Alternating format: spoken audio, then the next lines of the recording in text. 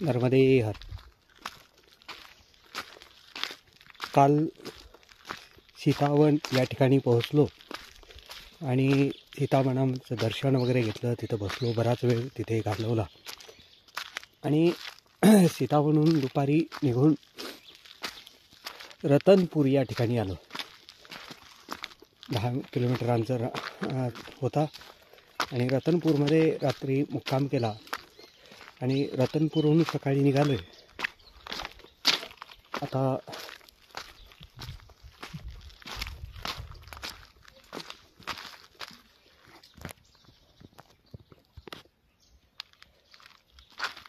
जयंती माता मंदिर या ठिकाणी आता निघालो आहे.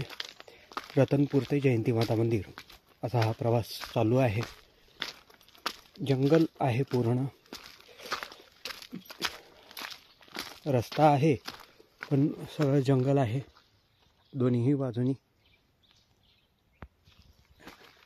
रहदारी हा विषयच नाही आहे. लोक कुणीही दिसत नाहीत आजूबाजूला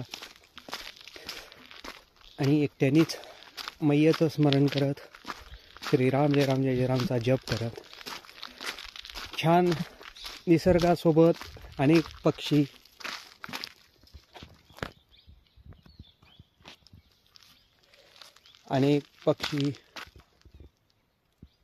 प्राणी यांना पाहत, निसर्गाचा आनंद घेत, मैयेचं स्मरण करत चालत राहायचं. भीती कसलीही वाटत नाही.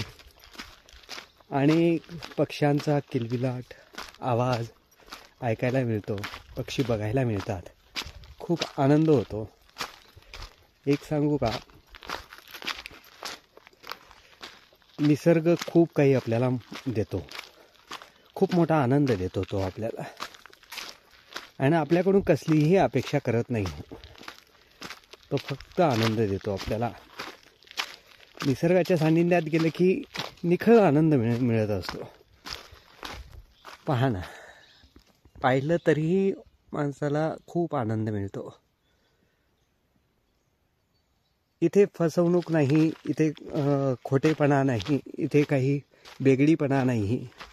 इथे सगळे जे काही आहे ते आहे, सहज आहे सर्व. आणि सहज जे असतं त्यामध्ये खऱ्या अर्थाने आनंद मिळत असतो. तसं परिक्रमेमध्ये अनेक ठिकाणचे जंगल लागले. एक पुढे कुत्रा दिसतो आहे, कसा आहे काय माहिती नाही.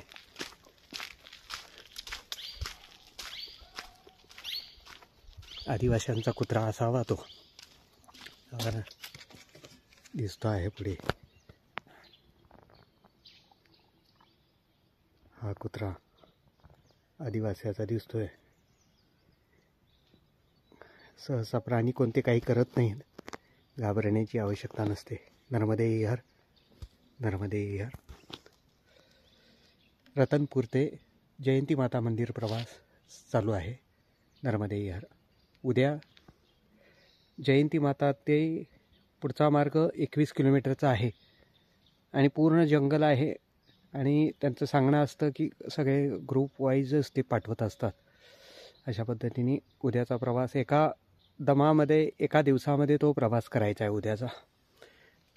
असा तो उद्याचा प्रवास आहे. आज जयंती माता इथे मुक्कामास आहेत. नर्मदे हर. जय जय रघुवीर समर्थ.